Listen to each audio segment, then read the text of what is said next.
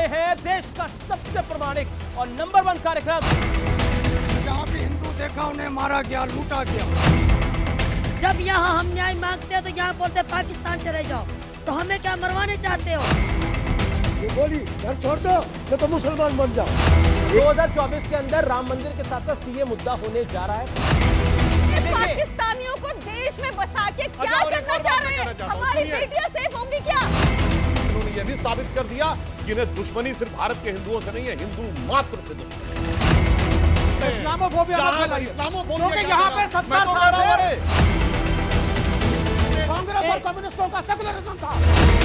Secularism यह था कि तोप लगा के मस्जिद उड़ा देते थे। चेकोस्लोवाकिया, रोमानिया, को छोड़ो, भारत में आइए। नमस्कार व्यूअर्स, मैं हूं अमीश देवगन और आप देख रहे हैं सीएनबीसी आवाज पे टक्कर का आज का एडिशन। और टक्कर के आज के एडिशन में हम बात करेंगे लोकसभा चुनाव के बिगुल की और सीए की। लोकसभा चुनाव का बिगुल बज चुका है। आने वाले कुछ महीनों के दौरान देश भर में जबरदस्त सियासी एक्शन होगा और गर्मी तो उसकी महसूस अभी से होनी शुरू हो गई है और इसका एहसास भी हमें दिख रहा है, क्योंकि संसद के से पास होने के करीब 4 साल बाद नरेंद्र मोदी की सरकार ने आखिरकार सीए का नोटिफिकेशन चुनाव से ऐन पहले जारी कर दिया। यानी अब सीए देश में ऑफिशियली लागू हो चुका है। लेकिन सरकार के लिए सीए वाली राह ना पहले आसान थी और ना अब आसान होती हुई दिख रही है, क्योंकि सीए का नाम सुनते ही ममता बनर्जी, असदुद्दीन ओवैसी, राहुल गांधी, स्टालिन, पी विजयन सब गुस्सा जाते हैं, आग बबूला हो जाते हैं। तो कोई कह रहा है कि सरकार पोलराइजेशन यानी ध्रुवीकरण का एक प्रयास कर रही है, इसलिए रमजान के इस पाक महीने में सीए को लेकर आई है। तो कोई कह रहा है कि सरकार लोगों को एक बार फिर से सड़क पर उतरने के लिए मजबूर कर रही है। दिल्ली के मुख्यमंत्री अरविंद केजरीवाल तो एक कदम आगे बढ़ गए हैं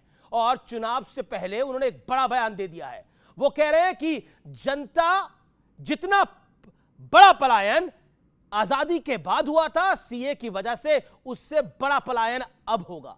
इसी बीच इन सारे आरोपों का जवाब देने के लिए खुद गृह मंत्री मैदान में उतरे। उन्होंने एक बार फिर जोरदार तरीके से कहा और स्पष्ट किया कि सीए से किसी भी भारतीय को डरने की आवश्यकता और परेशान होने की आवश्यकता नहीं है। हालांकि मोदी सरकार बार बार इस बात को दोहरा रही है, लेकिन विपक्ष इस मुद्दे को धार्मिक रंग देने की भरपूर कोशिश कर रहा है। लेकिन चुनाव से ऐन पहले, क्योंकि चुनाव की रणभेरी बज चुकी है, विपक्ष को क्या डर है कि कहीं राम मंदिर की तरह सीए भी बीजेपी के लिए बड़ा मुद्दा ना बन जाए। क्या सीए लोकसभा चुनाव में बड़ा फैक्टर होने वाला है, क्योंकि रणभेरी बज चुकी है।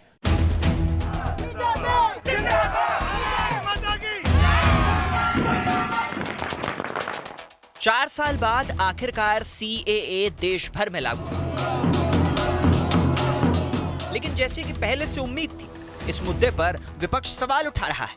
तो खुद गृह मंत्री अमित शाह सभी सवालों के जवाब दे रहे हैं।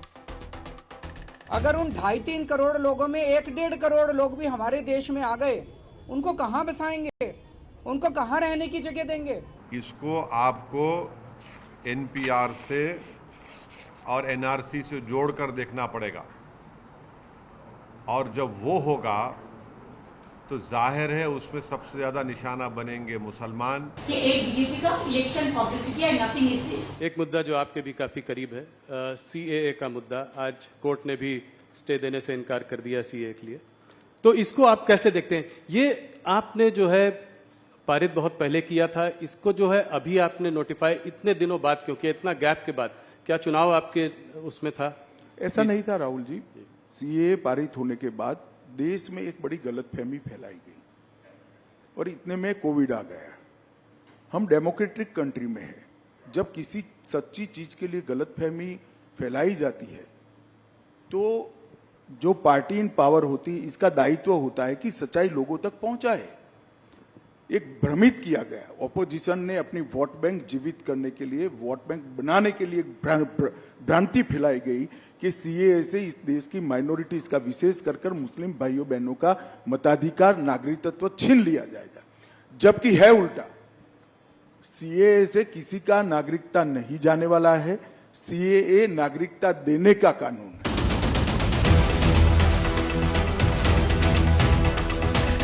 दूसरी ओर सीएए के खिलाफ सुप्रीम कोर्ट में दायर 200 से ज्यादा याचिकाओं पर सुनवाई करते हुए कोर्ट ने 3 हफ्तों में केंद्र सरकार से जवाब मांगा है। याचिकाकर्ताओं में केरल की इंडियन यूनियन मुस्लिम लीग, तृणमूल कांग्रेस नेता महुआ मोइत्रा, कांग्रेस नेता और पूर्व केंद्रीय मंत्री जयराम रमेश, ऑल इंडिया मजलिस-ए इत्तेहादुल मुस्लिमीन के अध्यक्ष असदुद्दीन ओवैसी शामिल हैं। इन सभी ने अपनी याचिकाओं में सीएए को भेदभाव करने वाला और समानता के अधिकार का उल्लंघन करने वाला कानून बताया। ये करोड़ों लोगों की परेशानी को कांग्रेस के पास इसका जवाब नहीं था। वो अपनी वोट बैंक की पॉलिटिक्स में ही मशगूल थे और पूरी भ्रांति फैलाई कि सीएए थे देश से मुसलमानों की नागरिकता चली जाएगी। मैं फिर से एक बार अनेक बार कर चुका हूं, फिर से एक बार स्पष्टता करना चाहता हूं, इस देश के मुसलमानों को डरने की जरूरत नहीं है। सीएए नागरिकता लेने का कानून ही नहीं है, नागरिकता देने का कानून है। सवाल है कि क्या सियासी फायदे के लिए सीएए पर चलाया जा रहा सियासी प्रोपेगेंडा देश की जनता समझ पाएगी? और सवाल यह भी कि क्या चुनाव से ऐन पहले सीएए को लागू करने के पीछे वाकई कोई पॉलिटिकल एंगल है? तो क्या वाकई सीए के पीछे कोई बड़ा पॉलिटिकल एंगल है? लेकिन बहस के मुद्दे क्या है? चुनाव से ठीक पहले सीए क्यों आया? यह आज का बड़ा गंभीर सवाल है। सवाल नंबर 2, बहस का जो मुद्दा है वो ये है, सीए से मिशन 400 प्लस का टारगेट क्या होगा आसान? क्योंकि लोकसभा चुनाव की रणभेरी बच चुकी है। और क्या स्वार्थ की राजनीति इंडिया गठबंधन का खेल बिगाड़ेगी? क्योंकि कई जगह हम वो स्वार्थ है हावी होता हुआ देख रहे हैं।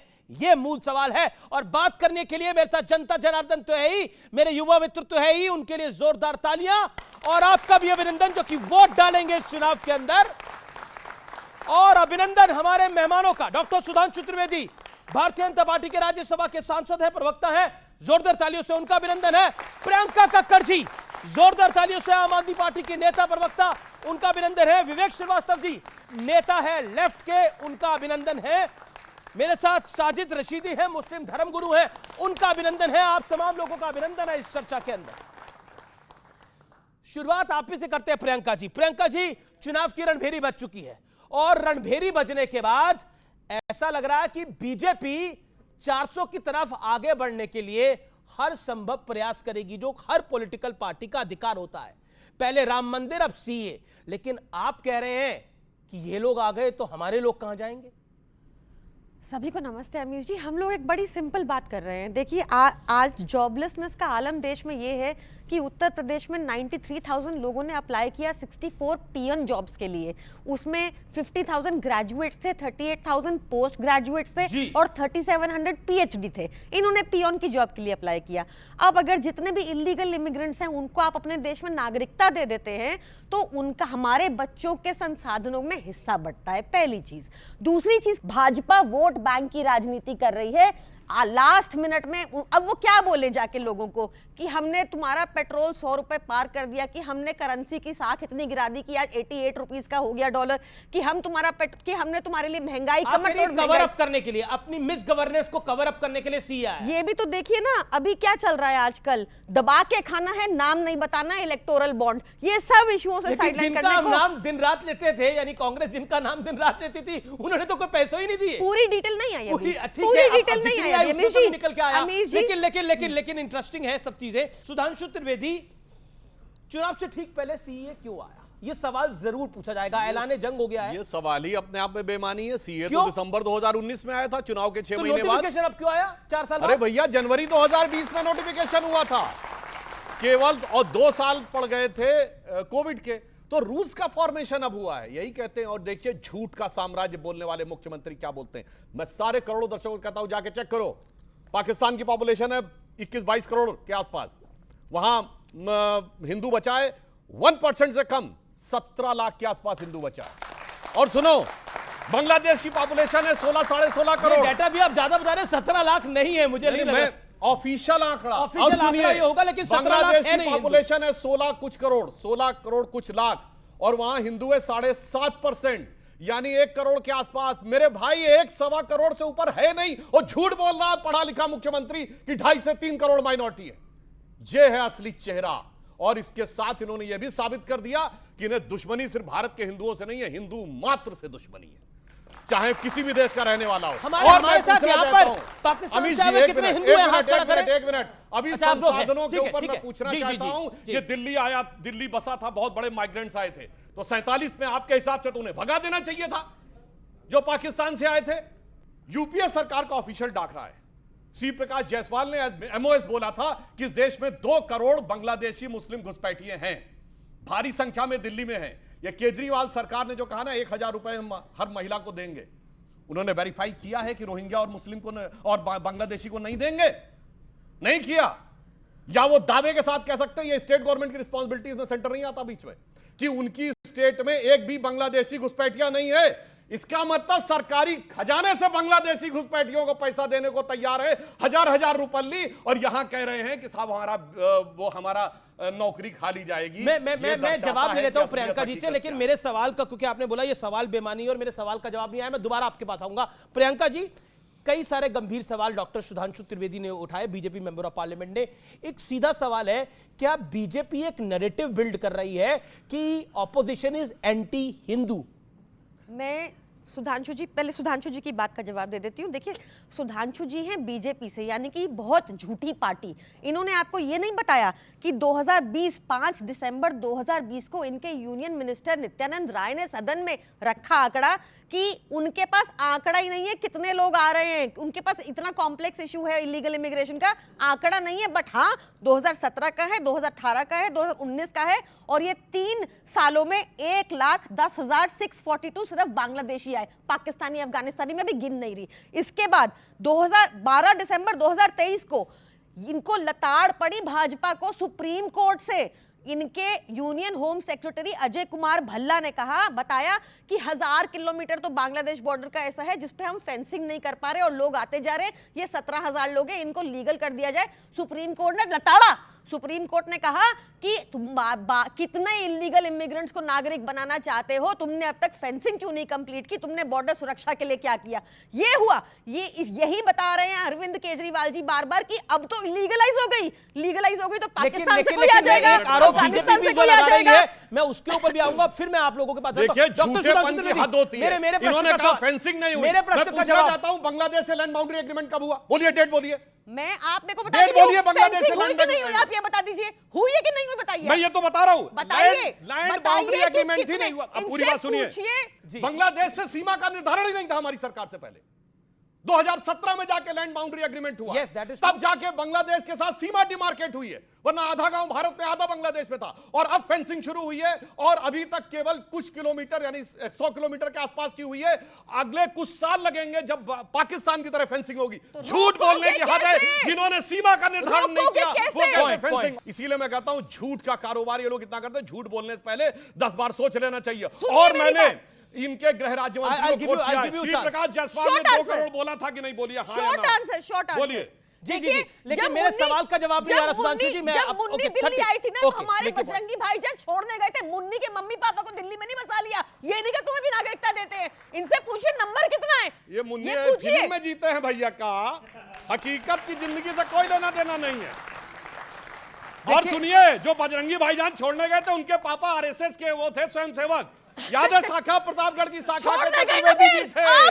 तो हमारे ही दिल में वो रहता है कि सबको हम पूरी तरीके से ईमानदारी देखिए पाकिस्तानियों को देश में बसा के क्या करना चाह रहे हैं? हमारी बेटियां सेफ होंगी क्या? मैं सुनिए सेफ की बात करता हूं। आप बताइए, अब सुनिए, एक सवाल है, 1 मिनट, 1 दर्जन उदाहरण दे सकता हूं जहां बांग्लादेशी मुसलमानों का आतंकवादी गतिविधियों में उदाहरण है। 2005, 6, 7, 8, 9, 10 बताइए। सुनिए, लखनऊ, फैजाबाद, बनारस के लेकर जयपुर ब्लास्ट से लेकर हैदराबाद से लेकर, सुनिए पूरी बात होने दीजिए, शांत बोलिए, शांत। बांग्लादेशी मुस्लिम, एक चुनौती से कहता हूं, आतंकवादी घटना बताइए जिसमें पाकिस्तान या बांग्लादेश के हिंदू, सिख, जैन, बौद्ध हो। चुनौती तो पूछता बोलिए। वही है हिंदू, बाकी कागज यही बना रहे हैं ना, यही बना लेकिन कागज मेरा आप दोनों से सवाल है, मेरा कृपया करके है, मेरा देखिए एक लाइन आप बोलिए, उसके बाद मेरा कृपया करके सवाल का जवाब। मुझे इनके लिए जो वहां पे दुखियारे हैं और उनके लिए जो ये बोल रहे हैं, उनके लिए मुझे अटल जी की कविता की वो पंक्ति याद आती है कि 15 अगस्त का दिन कहता आजादी अभी अधूरी है, सपने सच होने बाकी हैं, रावी की शपथ न पूरी है। रावी की शपथ लाहौर में ली गई थी स्वतंत्रता के लिए, और जिनके लाशों पर से होकर आजादी भारत में आई वो अब तक है खाना बदोश, गम की काली आंधी छाई। हिंदू के नाते उनका दुख कहने में तुम्हें लाज है आती, तो सीमा के उस पार चलो सभ्यता जहां खिचड़ी जाती।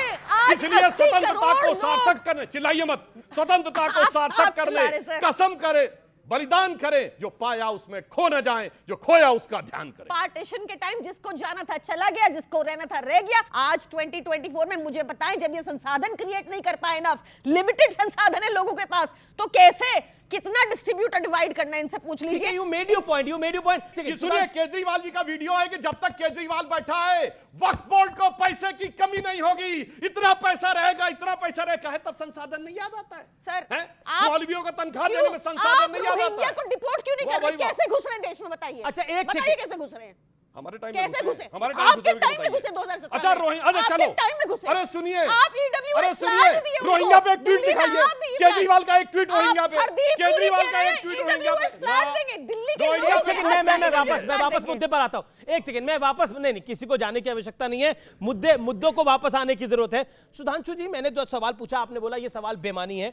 चुनाव से मैं कहता हूं बहुत समस्या थी, आपकी सरकार को 10 साल हो गए, चुनाव की रणभेरी बज गई है, ऐलाने जंग हो गया है, यानी 2024 के लिए। तो अब मैं पूछ रहा हूं, ये नोटिफिकेशन को 4 साल क्यों लग गए आने में? मेरा सवाल ये है कि चुनाव से ऐन पहले क्यों? इनको तो पहले भी जरूरत होगी ना रहने की, कि आज जरूरत पड़ गई, इसीलिए शंका है, इसीलिए शक होता है, पॉलिटिकली शक होता है। बता जवाब, इसका जवाब।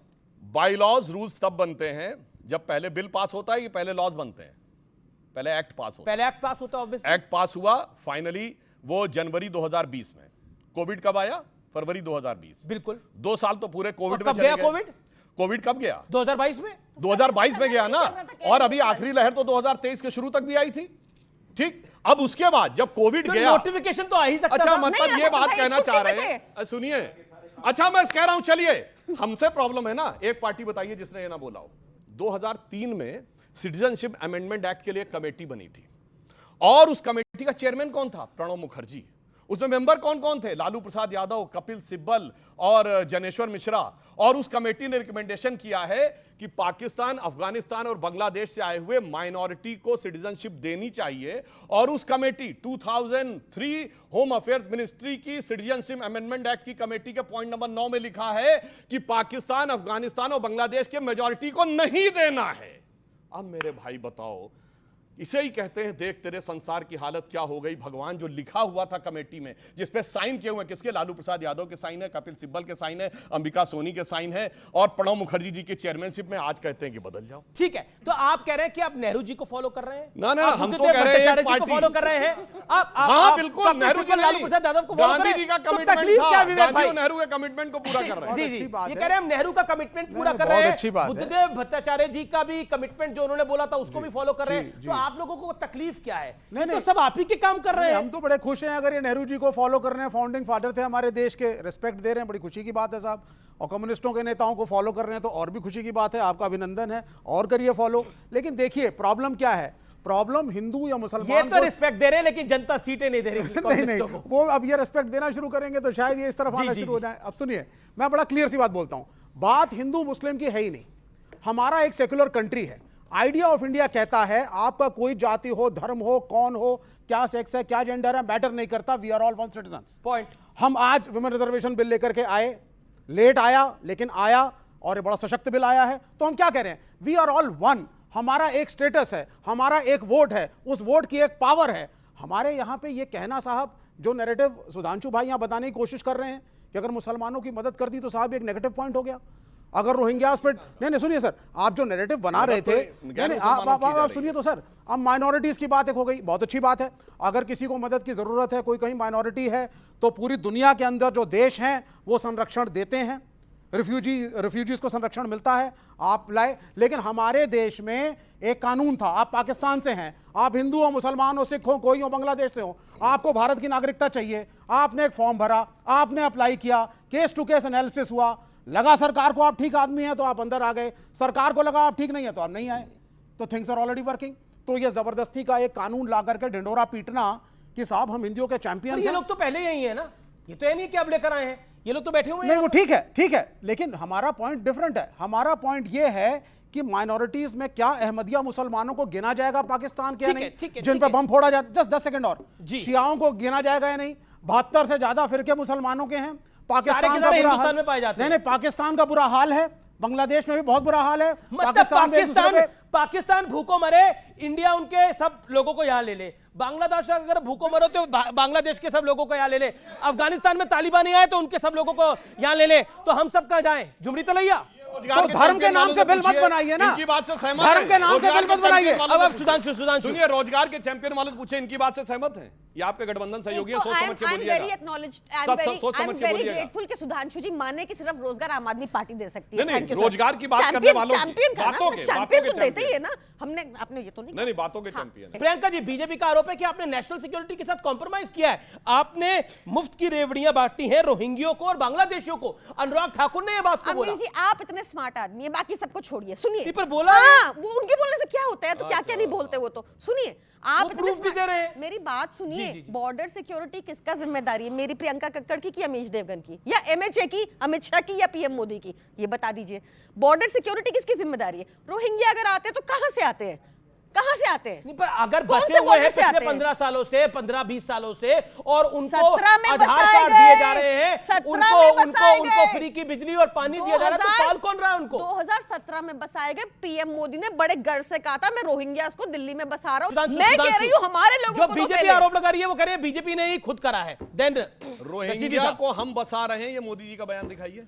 हाँ, अजीब फर्जी कुछ भी बोलने लगते हैं। दूसरे सुनिए, इन्होंने कहा बॉर्डर किसकी जिम्मेदारी है। अब सुनिए, ये बताइए, बॉर्डर तो केंद्र सरकार की जिम्मेदारी है ना? बहुत अच्छे। सुनिए, बॉर्डर केंद्र सरकार की जिम्मेदारी है। बिल्कुल, सुनिए, तो बॉर्डर पार सर्जिकल स्ट्राइक होगी तो सबूत मांगेगा दिल्ली का मुख्यमंत्री। घुमा दी बात, फिर से घुमा दी। अरे भाई सुनिए, एयरफोर्स से इनका मतलब, आर्मी से इनका मतलब नहीं, मगर आर्मी एयरफोर्स पे सबूत मांगेंगे। ये देखिए, और आप कहेंगे मैं चैनल को कवर कर लेती हूँ क्योंकि कोई और चैनल है, इसमें लिखा है रोहिंग्या शरणार्थियों को घर, जरूरी सुविधाएं और 24 घंटा सुरक्षा देगी मोदी सरकार। सरकार के इस फैसले पर आपकी क्या राय? बिल्कुल सुनिए, देखिए, बिल्कुल सुरक्षा देना और नागरिकता देने में जमीन आसमान का अंतर है। तो हमने नहीं कहा नागरिक। और सुनिए, चलिए, इन्होंने इससे पहले कभी इमिग्रेट्स का मुद्दा उठाया हो? बताइए, चुनौती से केजरीवाल जी ने बताइए इससे पहले। मतलब जबकि भारत में घुसपैठ का मुद्दा खूब था। टाइमिंग नहीं है साहब, यही सारी बात है। आपके लिए वोट बैंक है तो इनके लिए भी वोट बैंक है। अब चक्कर क्या है ना, जब से कांग्रेस से मिलकर चुनाव लड़ रहे हैं ना, अब इन्हें डर लग रहा है कि सारा वोट कहीं उधर न चला जाए। शाहीन बाग मेरे दिल में है बोला था मनीष सिसोदिया ने, बोला था कि शाहीन बाग, ये आप ही के चैनल पर रिकॉर्डेड इंटरव्यू है जिसमें बोला शाहीन बाग मेरे दिल में। शाहीन बाग तो मेरे दिल में है, और ये पाकिस्तानी हिंदू जो हैं ये अपराधी हैं, आतंकवादी हैं, बलात्कारी हैं। अब आपके दिल में क्या है समझ में आ जाता है। ठीक है, अब मैं रशीदी साहब के पास आता हूं। काफी देर से वो इंतजार करें, रशीदी साहब काफी देर से इंतजार करें। रशीदी साहब, ये चुनावों की बेला है तो ये सारा खेला है, इसीलिए सबको कोई रोहिंग्या के पास जाने की बात कर रहा है, कोई पाकिस्तानी हिंदुओं के पास जाने की बात कर रहा है। ये चुनावों की बेला है, इसीलिए खेला है। देखिए, आपके व्यूवर्स को अच्छी तरह समझ आ गया होगा इन दोनों की तूतू में से ये क्या बेला है, क्या खेला है। अच्छी तरह समझ गए होंगे सब व्यूवर्स।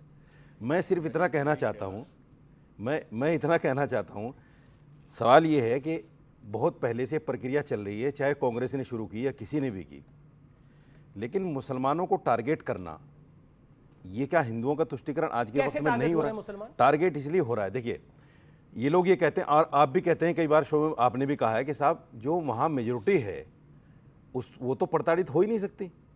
मैं ये कह रहा हूँ कि ठीक है, वहाँ प्रताड़ित नहीं होगी मेजोरिटी, तो फिर आपको ये बार बार कहने की जरूरत क्या है कि हम मुसलमानों को नागरिकता नहीं देंगे? जिसको देना दे दीजिए। तो वही तो कर रहे हैं। नहीं, बार बार चिल्ला क्यों रहे हैं? कहाँ है? मुसलमान को नहीं देंगे, मुसलमान को नहीं देंगे, मुसलमान को नहीं। हर नेता तो चिल्ला रहे हैं। दूसरी बात आपने एक बहुत बड़ी लाइन बोली, और ये यहाँ पर व्यूअर्स साक्षी हैं, और उस तरफ जो स्क्रीन के उस पार देख रहे हैं वो भी साक्षी। आपने बोला देखिए मुसलमानों को ये लोग टारगेट कर रहे हैं। मैं पूछना चाह रहा हूँ कि साजिद रशीदी कैसे टारगेट हो रहा है? आप भी मुसलमान हैं, आप कैसे टारगेट हो रहे हैं? आपकी नागरिकता जा रही है? जवाब है नहीं। टारगेट, देखिए, सीए से हमें कोई नुकसान नहीं है और देश के किसी नागरिक को नुकसान नहीं है, पॉइंट नहीं है। लेकिन जब हम इस बात को कह रहे थे कि भाई जो लोग यहाँ आ गए उनको खाना पानी नागरिकता दीजिए, तो आप ही लोग चिल्ला के कहते थे तो ये कोई भंडारा खुला हुआ है क्या? इनको तो दे रहे हैं। नहीं, आप लोग कहते थे ये कोई भंडारा है क्या? यहाँ आप कोई मतलब रोहिंग्या की बात कर रहे हैं कि रोहिंग्या को भी देना अरे चाहिए। छोड़ दीजिए ना, रोहिंग्या का नाम मत लीजिए ना, किसको- रोहिंग्या किसको- का नाम लेके फिर आप तो तुष्टिकरण फिर कर रहे किसको हैं। दे? जो भी है, जो भी है, तो उन्हीं को तो दे रहे हैं। आप लोग कहते थे कि ये भंडारा, यहाँ भंडारा थोड़ी खुला हुआ है, हम देश के लोगों को देखेंगे, बाहर से आने वालों को देखेंगे। आप लोग चिल्लाते थे अच्छा, देश एक के लोग एक सवाल, एक सवाल, मैं सिर्फ ये कहना, एक सुनिए, सवाल और मेरा, क्या एक- 2024 के अंदर राम मंदिर के साथ साथ सीए मुद्दा होने जा रहा है? पॉलिटिकली आपको दिख रहा है? देखिए मुद्दे तो इनके पास सारे हैं और धार्मिक मुद्दे हैं, सब मुद्दे धार्मिक हैं इनके। पर ये तो 5 सियासी मुद्दा इनका, एक मुद्दा सुधांशु त्रिवेदी आपके चैनल पर यह बता दें कि हमने इतने लोगों को रोजगार दे दिया, हमने इतने लोगों को कारोबार दे दिया, हमने इतने लोगों के आंसू पोंछ दिए। इनके पास है ही नहीं वो चीजें, इनके पास तो धर्म धर्म धर्म धर्म है।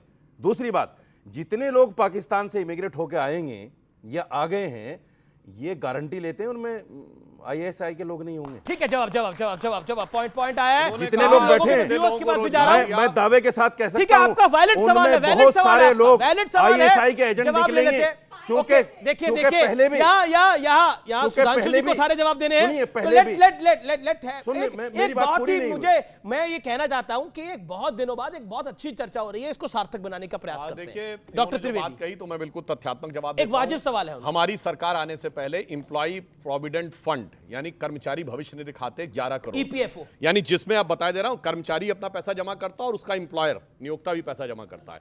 अब इस समय 26 करोड़ खाते हैं, तो इसका मतलब 15 करोड़ लोग ऐसे नए जुड़े हैं जिन्होंने अपने खाते में पैसा जमा करना शुरू किया। उनका कोई 16,000 लोग यूपी में टीचर बैठे हैं जिनको आप सैलरी नहीं दे रहे हो। 16,000 लोग यूपी में, बेरोजगारी दर बोलिए ना, 16,000 लोग यूपी में बैठे हैं जो धरने प्रदर्शन कर रहे हैं, फिर बीच में बोलने लगे और सिर्फ 13,000 रुपए देते हैं उनको, फिर बीच वो में भी नहीं डिस्टर्ब दे करने रहे लगे। हैं पिछले 10 साल एक से। आंकड़ा आया पिछले 10 साल से कैसे बिल बिलाने लगते हैं भाई, बहुत आंकड़ा गलत नहीं, बात है। झूठा आंकड़ा है, ये झूठा आंकड़ा है भाई साहब, झूठा EPFO का आंकड़ा आंकड़ा झूठा है। सारी सरकार झूठ पे सारी सरकार झूठा नहीं होता। मंत्री से लेकर अच्छा, सब मौलाना झूठ बोल रहा है। मौलाना साहब, आप पॉलिटिकल अच्छा, चलिए, IMF के साथ में भारत में महंगाई भाई साहब, ये- ईपीएफओ का डाटा सैक्रोसेंट होता भाई है, साहब, ये उसको 600 उसको करोड़ कोई से, ये 600 करोड़ लोगों से वोट ले सकते हैं, लेकिन आप 600 करोड़ से गलत- वोट ले सकते हैं ये। अच्छा, हाँ, ठीक इतना है, झूठ जवाब, बोलते हैं। जवाब, जवाब। देखिए, अगर मैं इनसे पूछूं आईएमएफ के हिसाब से भारत की विकास दर कितनी, वो तो हम नहीं तय कर रहे हैं ना। बोलिए बोलिए, नहीं बोल पाएंगे। सबसे ज्यादा है पूरी दुनिया में, 7.2% के हिसाब से ऑल G7 G20 कंट्रीज में हम सबसे ऊपर हैं। इस समय महंगाई की दर भारत के अंदर 5.1 है। इकोनॉमिक इशू है तो धार्मिक इशू क्यों? धार्मिक सुनिए, इशू मैं क्यों? वही बता रहा हूं, धार्मिक राम इशू नहीं मंदिर है। सीए, कारण क्या एक है? सेकंड। सुनिए, धार्मिक इशू इन लोगों को नजर आता है, जहां मुस्लिम वर्ड कहीं लिखा ही नहीं है वहां इनको नजर आता है कि मुसलमानों के साथ भेद किया जा रहा है। अरे भाई, मुस्लिम वर्ड उसमें कहीं नहीं लिखा है, उसमें सिर्फ हिंदू, सिख, जैन, बौद्ध, पारसी और ईसाई लिखा हुआ है, कहीं कोई। और दूसरा वो क्यों है मैं भी बता देना चाहता हूं। हम इन 3-4 देशों में देखा जाए तो हम एक सेकुलर देश है, इसलिए सेकुलर देश के नाते हमारी धर्मनिरपेक्षता की एक कसौटी है कि उन देशों में जो मजहबी रूप से प्रताड़ित लोग हैं उनको हम अपने घर में शरण दें। ये धर्मनिरपेक्ष भारत की कसौटी है, इसलिए हम ये सेकुलर राष्ट्र का क्रेडेंशियल है इसलिए। और मैं एक और कहना चाहता हूं, फिर भी अगर इनको लगता है कि मुसलमानों को इंक्लूड करना चाहिए तो मैं कहना चाहता हूं एक बार दिल खोल के कहो तो कि जो निजाम मुस्तफा है पाकिस्तान में, उसमें मुसलमान महफूज नहीं है, मोदी के हिंदुस्तान में महफूज है। पहले तो कहेंगे मुसलमान को डर लगता है मोदी के हिंदुस्तान में, अब सीए में कहेंगे आओ मेरे भाई स्टैंड एक बार क्लियर कर लीजिए। ठीक है, निजाम में एक सेकंड में आ रहा हूं। निजाम मुस्तफा से ज्यादा महफूज पाकिस्तान में तो है ना, तो हम कहें विचार करेंगे। मैं आप ही से कहता हूं, अगर निजाम मुस्तफा पाकिस्तान में होता तो ये हिंदू वहां से इमिग्रेट होके नहीं आते, पर है तो सही उधर। मैं दावे के साथ कहता हूं। और किस लिए आ रहे हैं? वहां निजाम मुस्तफा है ही नहीं, वहां इस्लामिक देश है पाकिस्तान। नहीं नहीं, वहां इस्लामिक देश, वो मुसलमान देश है, हाँ, तो इस्लामिक देश नहीं है है, ना। अब इस्लामिक नहीं है। मुसलमान देश है, इस्लामिक अगर नहीं है। मुसलमान देश अलग हो गया, इस्लामिक देश अलग हो गया, नहीं आते वहां से। अच्छा, अरे ये भैया, वहाँ मुझे शरिया लागू डिफरेंस है। बताइए। मैं शरिया नहीं लागू है भाई साहब। विवेक जी बड़े एक जानकार हैं। कानून वहाँ का विवेक, शरिया नहीं एक है। सेकंड, एक ये बड़ी डिबेट का विषय हुआ है कि इस्लामिक देश अलग होता है, मुसलमान देश अलग होता Yes. है। ये फर्क देखिए, मैं सुधांशु जी से पूछूंगा, ये बोलेंगे कि वो उनका विचार तो अलग ही होगा। आपसे मैं पूछता हूँ, इस्लामिक देश और मुसलमान देश में फर्क भाई क्या होता वो है? ये कहना चाहते हैं, नहीं, वो क्या कहना चाहते हैं ये नहीं, बताइए, सुन लीजिए, फर्क क्या होता है? फर्क ये है एक कि सेकंड, वहाँ- शांत- हाँ भाई साहब, वहाँ शरिया कानून नहीं है। वहाँ मुसलमान बसते हैं लेकिन इस्लामिक अच्छाइयां वहां नहीं है, ये कहना चाहते हैं। ये क्या कह रहे हैं? सुनिए, अब मैं दूसरी बात कहता हूं, इस कॉन्स्टिट्यूशन की बात करता हूं मैं। आप इस देश के अंदर कोई भी बिल बनाते हैं उसमें आप सेलेक्टिवली एक धर्म को साइड कर देते हैं। कहां साइड किया? एक मिनट, एक धर्म को साइड कर देते हैं और फिर आप कहते हैं साहब हमने हिंदू नाम लिया, बुद्ध नाम लिया, जैन नाम लिया, ये नाम लिया, हमने मुसलमानों का नाम नहीं लिखा। क्यों नहीं लिखा? मुसलमानों में अगर कोई प्रताड़ित, अगर आप बाकियों को संरक्षण दे रहे हैं, मदद करना चाहते हैं। प्रताड़ित है पाकिस्तान में 72 फिरके हैं, मुसलमान होने के कारण सुन लीजिए, अब मैं दोनों से बोलता हूं। पाकिस्तान में 72 फिरके नहीं है, नहीं है, ये किसने कह दिया आपको? नहीं है, नहीं बिल्कुल है, है, नहीं है, बिल्कुल ये है, ऑफिशियल आंकड़ा नहीं है, बिल्कुल है, नहीं है 72 बिल्कुल है, बिल्कुल है, बिल्कुल है, बिल्कुल है। मैं बताता हूं कौन। एक मिनट, अलग अलग फिरके हैं, अलग अलग फिरकों में लड़ाइयां हैं। अहमदियों को, जो एक बड़ी कम्युनिटी है, उसको मुसलमान इस्लाम से अलग कर दिया गया। उनके घरों पे बम फटते हैं, शियाओं की मस्जिदों में बम फटते हैं। मैं ऐसे बहुत से आपको सुना तो, लेकिन अगर आप ह्यूमैनिटेरियन हैं, हमारे हिंदू भाइयों की मदद कर रहे हैं, तो कोई मुस्लिम भाई भी आते हैं, चाहे वो रोहिंग्या हो, उनकी भी मदद करिए। कई आप धर्म के हिसाब से सिलेक्टिव नहीं हो सकते। धर्म के हिसाब से सिलेक्टिव नहीं हो सकते। सुधांशु बहुत अच्छा बोला, शियाओं की मस्जिदों में बम फटते हैं, मगर वहीं जहां मुस्लिम मेजॉरिटी में है, काबुल में भी फटते हैं, पेशावर में भी फटते हैं, सीरिया में भी फटते हैं, इराक में भी फटते हैं, पाकिस्तान, हिंदुस्तान में नहीं फटते हैं। इस्लामोफोबिया मत फैलाइए। इस्लामोफोबिया क्योंकि यहाँ पे 70 साल से हमारा सेकुलरिज्म था। वहां नहीं फटते, क्योंकि यहाँ पे 70 साल से कांग्रेस और कम्युनिस्टों का सेकुलरिज्म था, इसलिए नहीं फटते। अब आपका जब से आया है, तब से नमाज पढ़ते हुए लोगों को पुलिस वाले लात मारते हैं। सुनिए, ये आपका सेकुलरिज्म, वो गलत था, वो गलत है। का सेकुलरिज्म ये था कि तोप लगा के मस्जिद उड़ा देते थे। चेकोस्लोवाकिया, रोमानिया, चेकोस्लोवाकिया को छोड़ दो, भारत में आइए। और चाइना का सेकुलरिज्म भारत में आइए। अब जाके चेक करिए कम्युनिस्टों का सेकुलरिज्म मैं ये आपको है मौका दूंगा। कि चीन में मस्जिद के ऊपर गुंबद नहीं हो सकता, जो गुंबद है सब हटवा दिए गए, दाढ़ी नहीं रख सकते, रमजान में पब्लिकली नमाज नहीं पढ़ सकते। आप चाहते हैं क्या बात ऐसा? करते हैं? आप चाहते हैं कम्युनिस्टों का सेकुलरिज्म ऐसा आप कोई नहीं चाहते चाहता। हैं? आप जवाब दीजिए। मैं कह रहा हूं, हम तो नहीं चाहते, विषय मगर पे ये आते कम्युनिस्टों का हैं, सेकुलरिज्म विषय पे आते हैं। मेरे साथ कई सारे यहाँ पर व्यूअर्स हैं, ऑडियंस है, जो कि सवाल पूछ रहे थे। क्या सवाल है आपका? पूछिए, खड़े होके पूछिए। सर मेरा क्वेश्चन ये है कि आसपास हमारे बहुत सारे मुस्लिम देश हैं, दुबई है, इराक है, ईरान है, पर हिंदू देश तो एक ही है। तो क्या हमें, जो हमारे हिंदू भाई बहन हैं, श्रीलंका भी है, तो हमें उनको अपने, अरे इन्हें क्यों डांट रहे, इन्हें क्यों डांट रहे हैं? सवाल तो पूछ ले अपना। तो महोदय आपको ऐसा नहीं लगता कि हमें, पूछिए भैया। क्या आपको ऐसा नहीं लगता कि हमारे पास जब एक ही एक हिंदू देश है, तो हमें उनको मौका देना चाहिए, जो हमारे भाई बहन प्रताड़ित हैं पाकिस्तान में? ये आपकी भावना कि ये हिंदू देश है, लेकिन ये हिंदू देश नहीं है। जवाब दे देता हूं। जी 140 करोड़ आबादी पहले से है। आप नेपाल जाओ, आप श्रीलंका जाओ, हिंदुस्तानी क्यों? ये बांग्लादेशियों रोहिंग्या से बोलिए, हिंदुस्तान ही क्यों? रोहिंग्या बोलिए, जाएं वापस। काहे रुक गए? मैं पाकिस्तान रोहिंग्या का समर्थक नहीं हूँ, मैं रोहिंग्या का समर्थक नहीं हूँ। अरे 50 वीडियो है मेरे भाई, ऐसे मत बोलिए। खूब डिबेट टीवी पे डिबेट किए हैं। धर्मवीर सोलंकी जी, मैं आपके पास आऊंगा, आप खड़े होइए। और मैं आपसे जानना चाहूंगा, आपने बोला कि हमने पाकिस्तान छोड़ा है, परंतु हमने हिंदू धर्म नहीं छोड़ा है, यह आपने कहा। पाकिस्तान में हालात कैसे हैं, अगर आप बता पाएं, और आपके साथ क्या हुआ उधर? देखो 75 सालों से कितने हिंदू धर्म थे पाकिस्तान में, आज चंद बच्चे हैं, गिनने को बचे हैं। सारे कहाँ गए?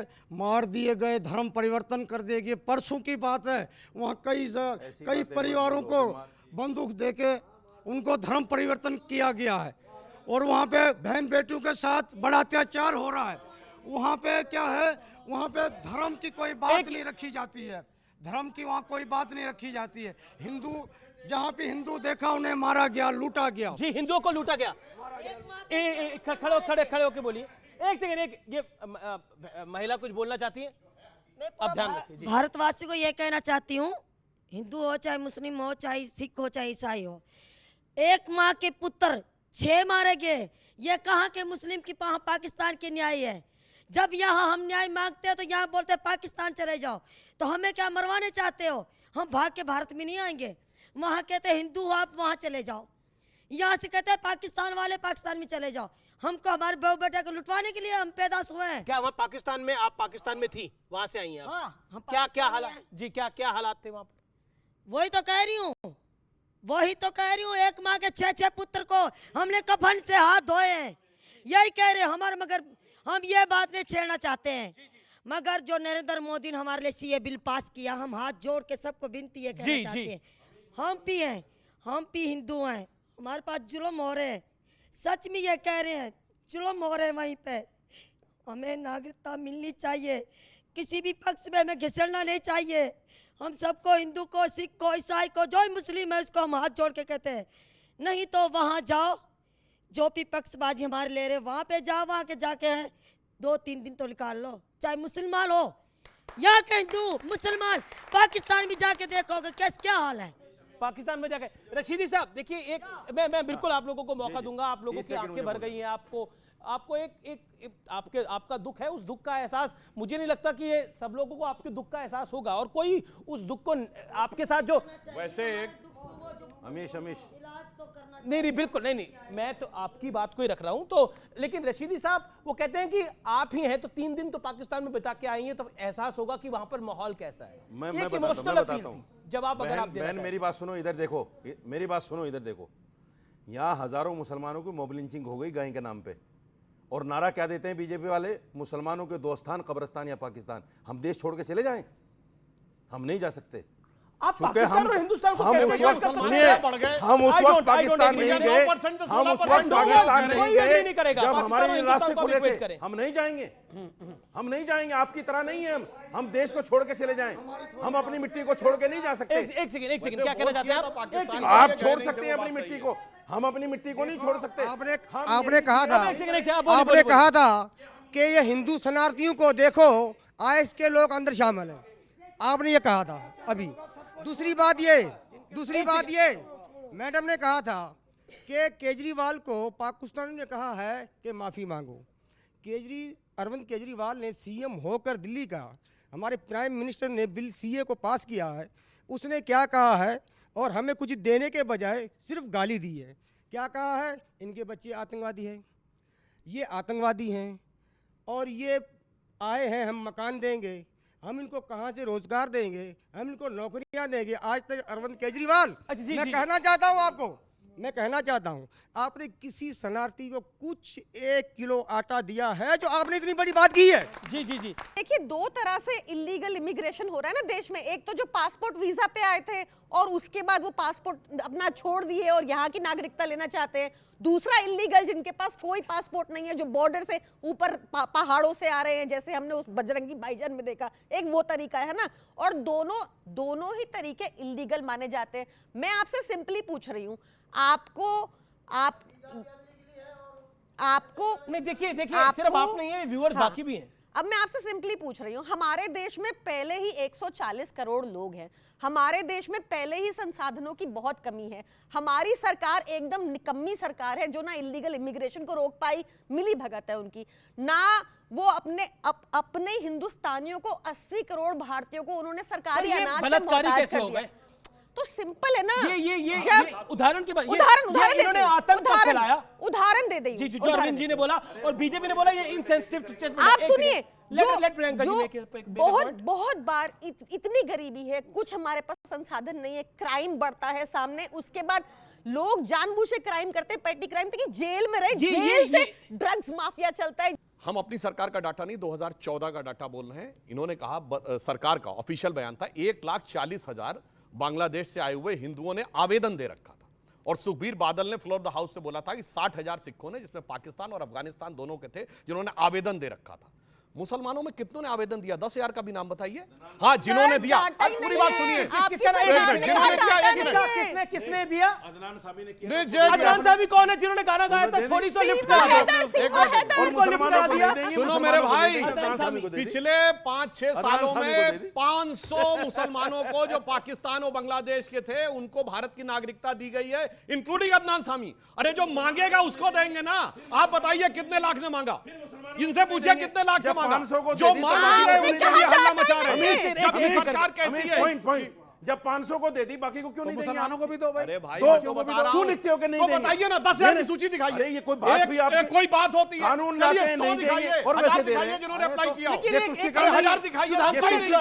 जो इलीगल, सुनिए, इलीगल वो होता है जो यहाँ आए और अप्लाई ना करे। जो यहाँ आए और अप्लाई करे वो शरणार्थी होता है। शरणार्थी और घुसपैठिए का अंतर समझिए।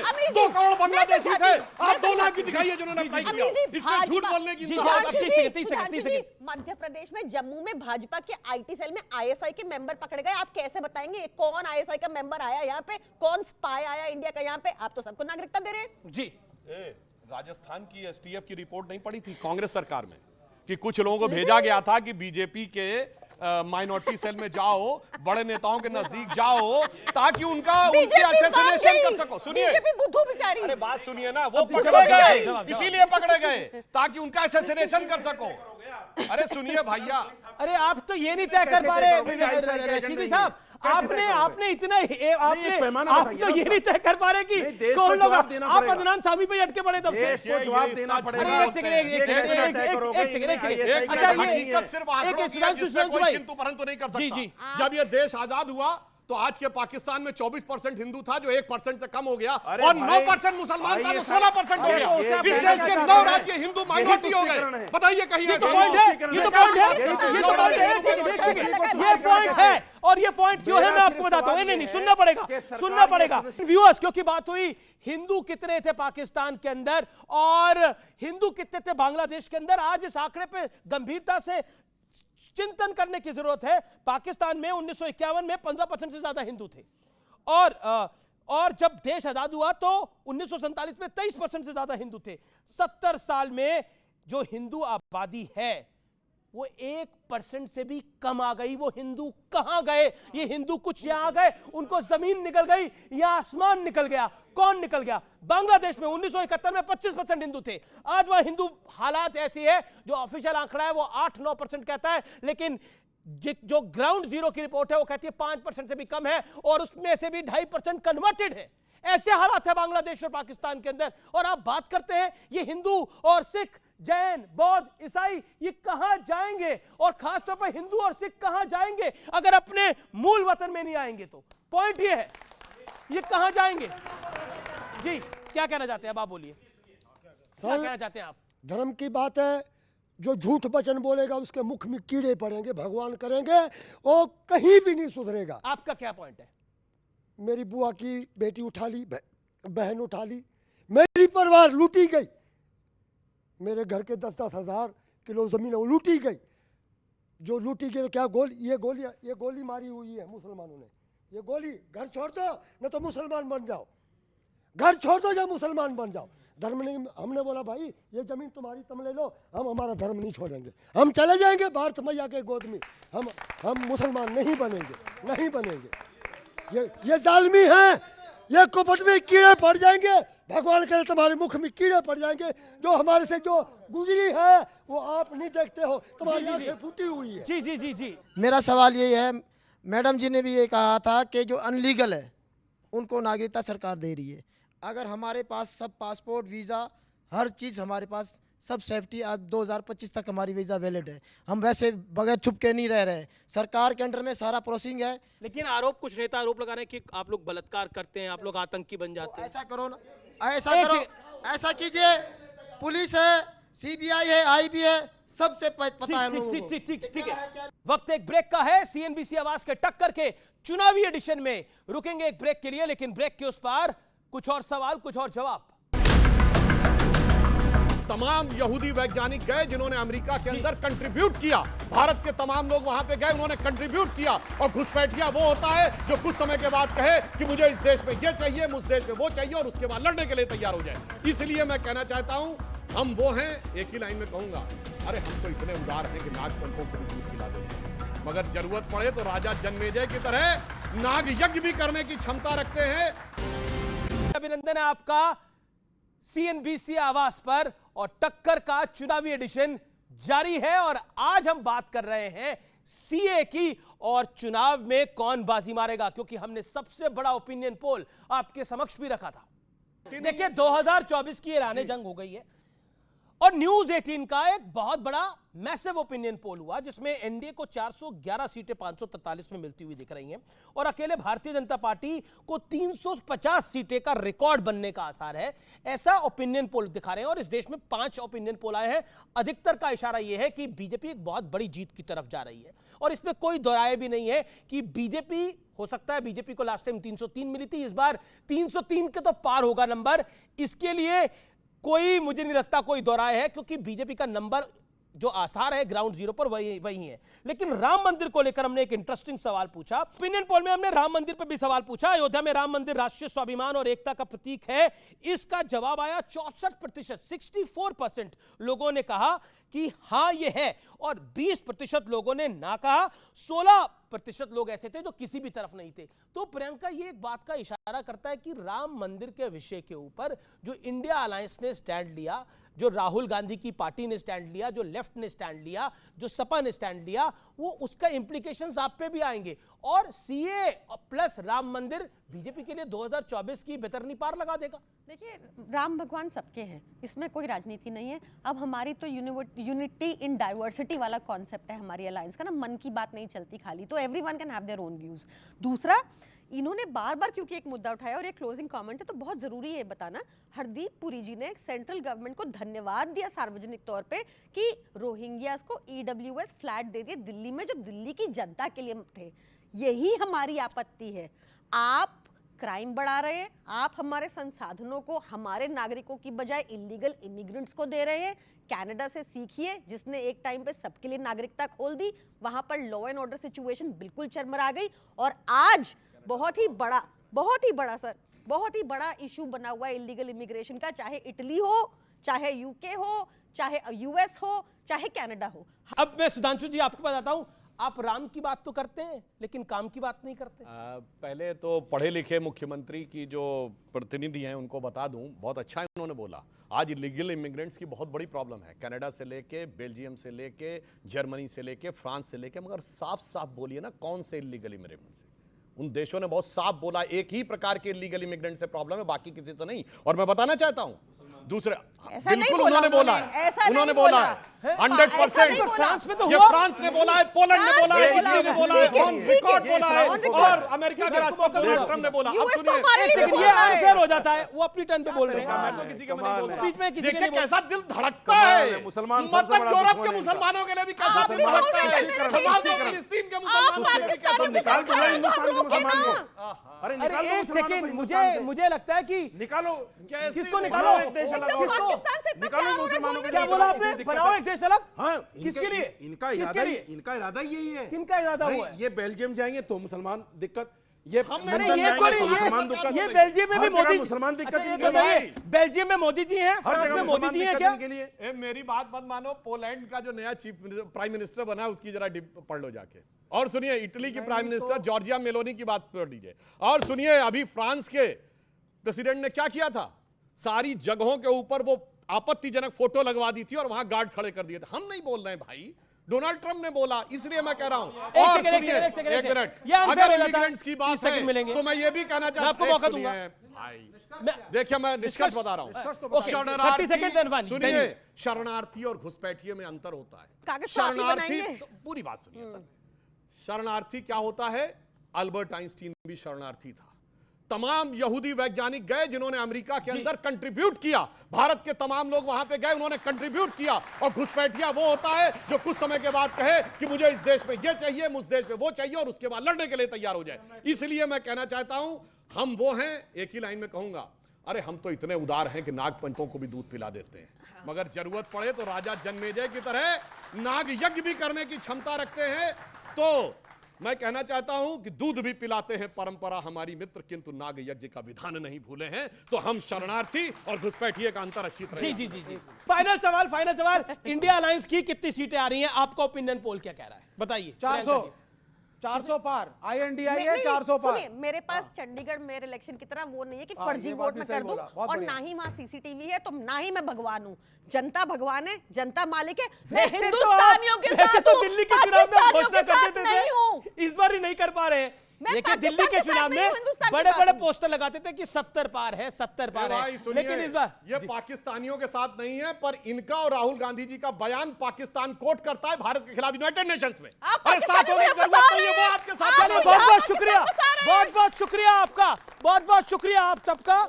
और आपकी जो दुख तकलीफें हैं उनको, वो वाकई उनको सुन के मन हमारा भी व्यथित हुआ, और स्क्रीन के उस पार भी लोगों का व्यथित हुआ होगा। लेकिन फिलहाल इतना ही इस चर्चा के अंदर। लेकिन लोकतंत्र के इस महापर्व में आप भी अपनी आहुति जरूर देना, यानी वोट जरूर डालना, और राष्ट्रहित के लिए आप सबको एक साथ आना बहुत जरूरी है। नमस्कार, जय हिंद, वंदे मातरम।